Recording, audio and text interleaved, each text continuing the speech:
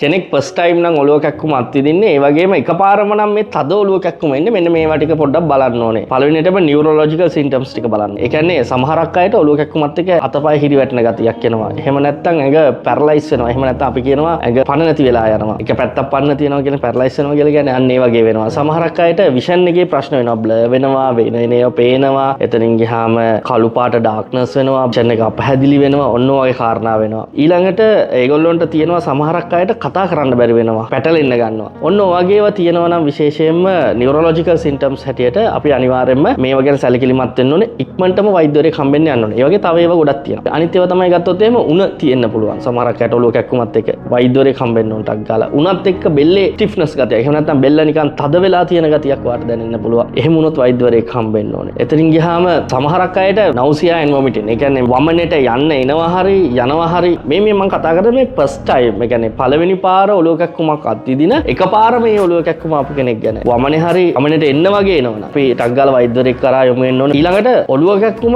හැදෙන්නේ ඔයාගේ ඔලුවට පහරක් එල්ල වෙලා ඔයා වැටිලා ඔලුව වැදින වෙලාවක නම් ඒකත් ඉතා ඉක්මනින්ම රෝහල්ගත වෙන්න ඕනේ. ඊළඟට සිසර්ස් එහෙම නැත්නම් අපි කියනවා අර ගැහෙනවා මීමැස් මොරේ වගේ ඔලුව කැක්කුම හැදෙනවත් එක්කම එහෙම ගැහෙන ගතියක් එනවා නම් අර බිම් වැටිලා අපි සාමාන්‍යයෙන් කියන්නේ මීමැස් මොරේ කියලා. අන්න ඒ වගේ කන්ඩිෂන් එකක නැත්නම් වලිප්පුව කියලා කියනවා. ඒ වගේ කන්ඩිෂන් එකකට එනවා නම් ඒත් අපි බලන්න ඕනේ. ඊළඟට අපි ඔයාගේ මානසික තත්ත්වය හරි එහෙම නැත්නම් පර්සනැලිටි එක. ඔයා වෙනදා බිහේවියර් කරන විදිය නැතුව වෙනස් විදියට ඔලුව කැක්කුමත් එක්ක හැසිරෙන්න පටන් ගන්නවා නම් ඔයා අනිවාර්යයෙන්ම වෛද්‍යවරයෙක් කරා යන්න ඕනේ. ඒ වගේම තමයි විශේෂයෙන්ම ඔයාට අවුරුදු 50යි නම් මේ ඔයාගේ අවුරුදු 50න් පස්සේ ඉතාමත් දරුණු විදියට එන ඔලුව කැක්කුම නම් ඔයා අනිවාර්යයෙන්ම වෛද්‍යවරයෙක් කරා යන්න ඕනේ. මේවා අර රෙඩ් ෆ්ලැග් සිම්ප්ටම්ස්. ඒ කියන්නේ ඔලුව කැක්කුමත් එක්ක අපි අනිවාර්යයෙන්ම බලන්න ඕන දේවල් මෙයාව ඉමර්ජන්සි රෝහල්ගත කරන්න ඕනද කොහොමද කියන ඒවා දේවල් තමයි මේ ගොනුවට අයිති වෙන්නේ. ඔයාගේ ෆස්ට් ටයිම් හෙඩෙක් එකත් එක්ක මේ ටික තියෙනවද බලන්න. ඉක්මනට රෝහල්ගත වෙන්න. මේක වඩා වැදගත් ඔයාගේ ජීවිතේ බේරන්න සමහරක් වෙලාවට.